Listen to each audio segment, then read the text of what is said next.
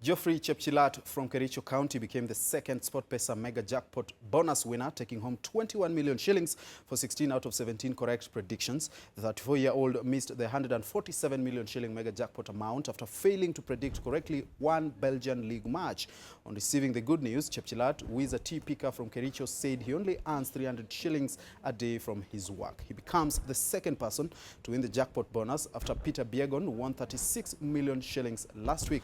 The Mega Jackpot now stands at 152 million shillings.